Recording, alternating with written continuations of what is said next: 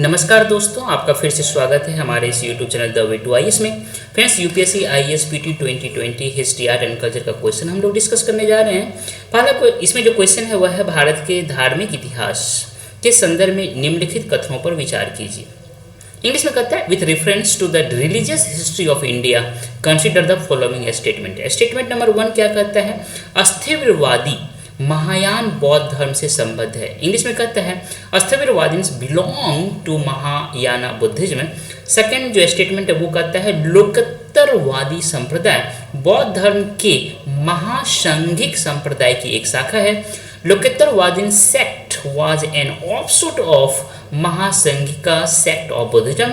And the third statement कहता है महासंघिकों द्वारा बुद्ध के देवत्वारोपण ने महायान बौद्ध धर्म को प्रोत्साहित किया।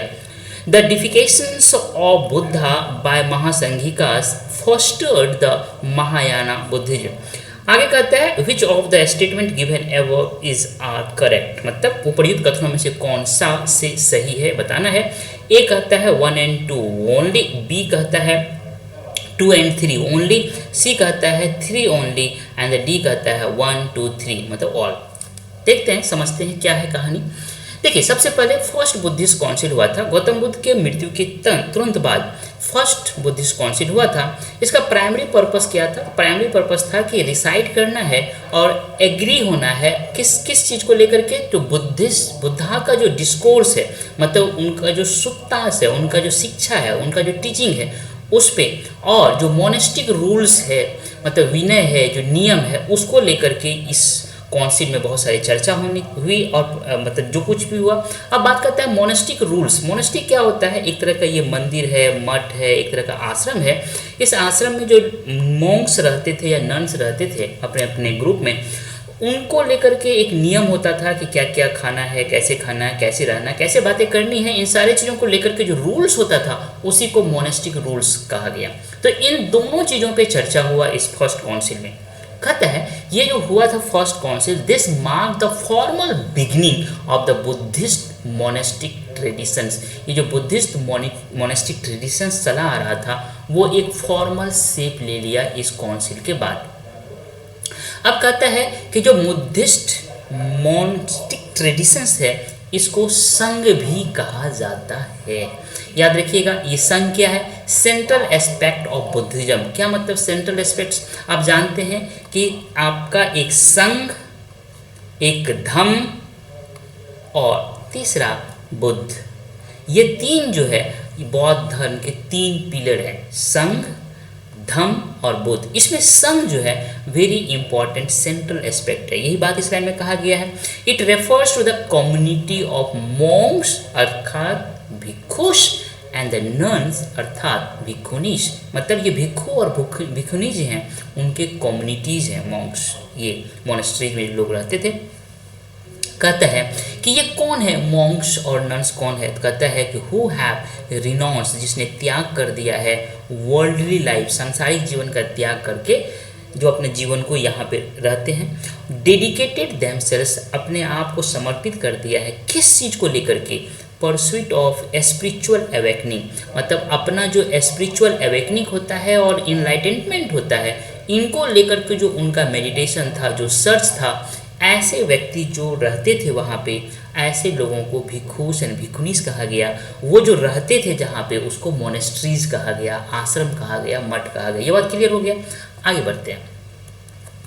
ओवर द टाइम, समय बीतने के साथ monastic community split into different schools. ये तो मोनेस्टिक कम्युनिटी हो गए, साथ रहेंगे तो इनका आपस में किसी न किसी चीज़ को लेकर के एक मत अगर नहीं बनेगा तो इसमें स्प्लिट होगा। इसीलिए कहता है over the time monastic communities split into different schools. अलग अलग स्कूल्स में यह स्प्लिट हो गए। कहता है these schools have different interpretations of the dharma. जो धर्म थे उसको लेकर के, जो गौतम बुद्ध की टीचिंग थे उनको लेकर के इनका अलग अलग जो इंटरप्रिटेशंस हुआ, उस अलग अलग इंटरप्रिटेशन के आधार पे अलग अलग स्कूल्स डेवलप किए। जैसे कहता है प्रोमिनेंट जो स्कूल था वो कौन कौन? थेरवादा, महायाना और वज्रयाना। ये 3 बहुत ही इंपॉर्टेंट है, इसको याद रखिएगा। अब हम सवाल पे आते हैं। जो सवाल था वो क्या था, अस्थविरवादींस एक टर्मोलॉजी था। पहला जो स्टेटमेंट था उसमें था अस्थविरवादींस। क्या है, this term can be translated as the doctrine of elders और the way of the elders. This school is part of the broader Theravada traditions. मतलब ये जो थेरावादा ट्रेडिशंस था ना, इसका पार्ट था अस्थावरवादींस। मतलब पहला स्टेटमेंट जो है क्वेश्चन का वो गलत हो गया, क्योंकि अस्थावरवादींस जो है वो थेरावादा का पार्ट था, न कि महासंघिका का पार्ट था या महायान का पार्ट था। क्लियर हो गया ये बात। अब ये थेरावादा जो है इसके बारे में, उसके बाद एक चीज़ देखिएगा, ये जो अस्थावरवादींस है ग्रुप ऑफ मॉन्क्स था, ये बिलीव करता था प्रिजर्व करना है किसको, जो बुद्धा का जो टीचिंग था उनको प्रिजर्व करना है, उनको एकदम संभाल के रखना है। कहता है कि कैसे हमको संभाल के रखना है, कि as they were handed down through the early generation of Buddhist monk. जिस तरह से हमारा एक जनरेशन से दूसरे जनरेशन में मॉन्क्स के द्वारा इस बुद्धा के टीचिंग को एक पीढ़ी से दूसरे पीढ़ी लाया गया है, बताया गया है, उसी रूप में इसको उसी रूप में इसको अगर हम सुरक्षित रखेंगे तो यह जो फिलॉसफी था, ये जो थ्योरी था, ये अस्थविरवादी का था। मतलब कोई बदलाव नहीं करना है। साथ ही साथ उनका कहना था कि इम्फेसाइज करना था मोनेस्टिक रूल्स पे, जो रूल्स था उस पे बहुत ही ज़्यादा इम्फेसाइज करना है, रूल को बहुत वैल्यू देना है, महत्व देना है, और साथ ही साथ एडहेर करना है। मतलब किसी विचारधारा नियम को पालन करने के लिए जो जिज्ञासा होता है, एक उत्कंठा होता है, उसको कहता है closely to the Pali canon. Pali canon में जो त्रिपिटक आते हैं, कौन कौन, सुत्त पिटक, विनय पिटक और अभिधम पिटक, इन तीनों में कहता है जो बुद्धास के डिस्कोर्स है उसको सुत्त पिटक में रखा गया, संग्रहित किया गया, कंपाइल किया गया, कंपोज किया गया, कंपाइल किया गया, एंड द मोनेस्टिक रूल्स थे उसको विनय पिटक में किया गया, और फिलोसफिकल जो ट्रीटीज थे उसको अभिधम पिटक में कंपोज करके कंपाइल करके रखा गया। कहता है ये तीनों जो था इनको लेकर के ये बहुत ही ज़्यादा मतलब कट्टर थे, मतलब उनको हार्डकोर उसमें बिलीव करते थे। ये अस्थविरवादी का सब कुछ मैंने आपको डिस्कस किया। अब जो अगला हमारा क्वेश्चन था, स्टेटमेंट था, उसमें था लोकोत्तरवादी सेक्ट के बारे में। ये कहता है ये ऑफशूट ऑफ महासंघिका सेक्ट थे। जो महासंघिका सेक्ट है उसी से थोड़ा सा मतभेद होने के कारण उसी से ये आगे जो है उसी से निकला हुआ है। Which was one of the early schools of Buddha. ये महासंघिका क्या है, जो बुद्धिज्म है उसके अर्ली स्कूल में से एक ये भी आता है। मैंने बताया था 3 स्कूल था, उसमें थेरावादा था, महासंघिका था और एक वज्रयान था। और ये जो लोकोत्तरवादी है वास्तव में क्या है, एक ऑफशूट है किसका, तो महासंघिका का। तो सेकेंड ऑप्शन जो है स्टेटमेंट जो है वो बिल्कुल सही है। डिफरेंस दोनों में जो हुआ किस किस बात को लेकर के हुआ ये देख लेते हैं। अकर during the second Buddhist council. जो सेकेंड बुद्धिस्ट काउंसिल हुआ ना 100 ईयर्स बाद, जो भगवान बुद्ध का जो निर्माण हुआ, मृत्यु हुआ, उसके 100 साल के बाद ये जो सेकेंड बुद्धिस्ट काउंसिल हुए थे उसमें यह दोनों में स्प्लिट हुआ, महासंघिका एंड लोकोत्तरवादी में। महासंघिका का जो व्यू है वो क्या है, इसको समझिएगा, बहुत अच्छा है। महासंघिका कहता है, मतलब इसका जो अगर ट्रांसलेट करें तो इसका मीनिंग होता है ग्रेट असेंबली। ग्रेट क्यों है ये इसमें आपको बताया गया है नीचे, क्योंकि ये सपोर्ट करते थे more inclusive and less strict approach to the monastic rules. जो मोनेस्टिक रूल्स था उनको लेकर के बहुत ज़्यादा ये स्ट्रिक्ट नहीं थे, और ज़्यादा से ज़्यादा लोगों को अपने इस जो एक तरह का जो संगठन था, एक कम्युनिटीज़ था, उसमें ज़्यादा से ज़्यादा लोगों का इंक्लूजन हो इसको लेकर के ध्यान देते थे। अगर नियम को बहुत कठोर बना देंगे तो इंक्लूजन नहीं हो सकता, इसलिए नियम जो था उनको बहुत ही स्ट्रिक्ट ये नहीं मानते थे, और ज़्यादा से ज़्यादा लोगों को इंक्लूसिव रूप से अपने जो कम्युनिटी थे उनमें उसका दर्जा देते थे। तो ये हो गया, इसीलिए इसको ग्रेट असेंबली कहा गया।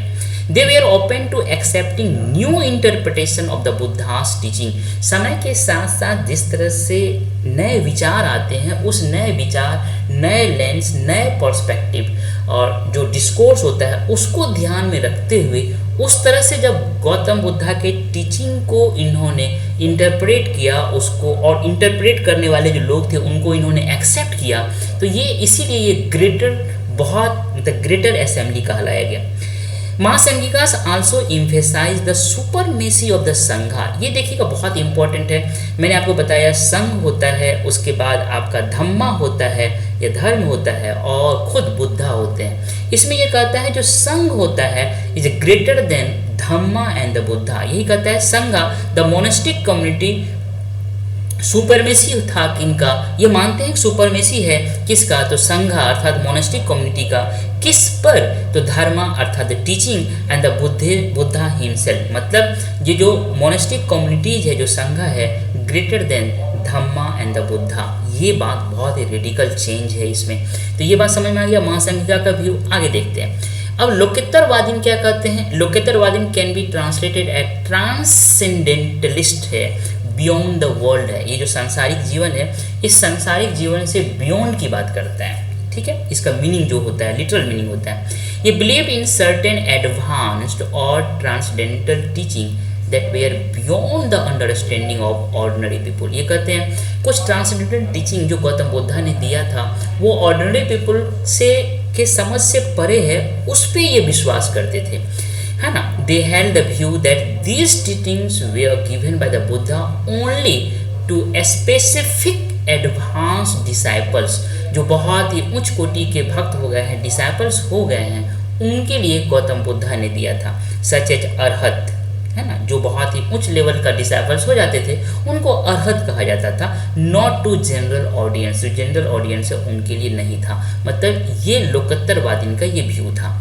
महासंघिका एंड महायान बौद्ध जो है इसमें क्या रिलेशन है इनको देख लेते हैं। ये आपका थर्ड जो स्टेटमेंट है उससे जुड़ा हुआ है। एज मेंशन अर्लियर की Mahasanghika were one of the early Buddhist school, है ना, known for their more liberal and inclusive approach to the monastic rules and the Buddha's teaching. ये बात हम ऑलरेडी डिस्कस कर चुके हैं। Mahasanghikas develop a devotional attitude towards the Buddha. जो भगवान बुद्ध है उनको लेकर के एक डिवोशनल मतलब समर्पण, एक भक्ति भाव, मतलब एक डिवाइन का कंसेप्ट लेकर आया कि भगवान जो गौतम बुद्ध है उसमें देवत्व है, तो एक डिवोशनल एटीट्यूड होना चाहिए भगवान बुद्ध के प्रति। ये जो कंसेप्ट लेके आए ये महासंघिका लेके आए। Elevating his status, Gautam Buddha के स्टेटस को ऊंचा उठा कर दिया। और किस तरह से कर दिया, तो टू मोर डिवाइन और ट्रांसेंडेंटल लेवल। मतलब गौतम बुद्धा का जो लेवल है वो मानव से उठा करके एक देव के रूप में, एक देवता के रूप में इस महासंघिका का जो फिलॉसफी है, जो थ्योरी है, इस थ्योरी और फिलॉसफी के तहत भगवान गौतम बुद्ध को मानव से महामानव बना दिया गया, मानव से देवत्व का रूप प्रदान कर दिया गया, ठीक है। डिफाइन द बुद्धा, मतलब जो बुद्धा है उसमें का जो वर्शिप शुरू हो गया, उनको एज ए रिगार्ड किया गया गॉड के द्वारा, may have contributed to the later development seen in Mahayana Buddhism. जो लास्ट बाद में इसके बाद जो महायान बुद्धिज्म का डेवलपमेंट हमें देखने को मिलता है उनमें भी गौतम बुद्ध को भगवान का रूप दिया गया, उनमें भी देवत्व के रूप में स्थापित किया गया, उनका भी पूजा किया गया। इसकी शुरुआत महासंघिका के द्वारा ही कर दिया गया था। तो इसका मतलब जो थर्ड स्टेटमेंट है ये भी सही है। अब आइए फिर से कहते हैं with reference to the religious history of the India consider the following statement. Sthaviravadi belong to the Mahayana Buddhism. नहीं भैया, ये किससे था, तो ये थेरवाद से जुड़ा हुआ था। उसके बाद कहता है कि Lokottaravadi sect was the offshoot of the Mahasanghika sect. ये बिल्कुल सही है, अभी हमने डिस्कस किया। And the deifications of the Buddha by Mahasanghika fostered, मतलब बढ़ावा देना द महायाना बुद्धिज्म। बिल्कुल ये स्टेटमेंट सही है, मतलब 2 और 3 सही है। तो इसमें आंसर कौन हो जाएगा, बी 2 and 3 ओनली। समझ में आ गया। मुझे उम्मीद है कि आपको बहुत ही अच्छी तरह से क्लियर हुआ होगा। इसलिए आपसे मेरा ये हम्बल रिक्वेस्ट है कि हमारे इस चैनल को सब्सक्राइब करें, इस वीडियो को लाइक करें, अपने दोस्तों के बीच शेयर करें और अपना वैल्यूएबल कमेंट दें। मिलते हैं नेक्स्ट क्वेश्चन में। Thank you dear.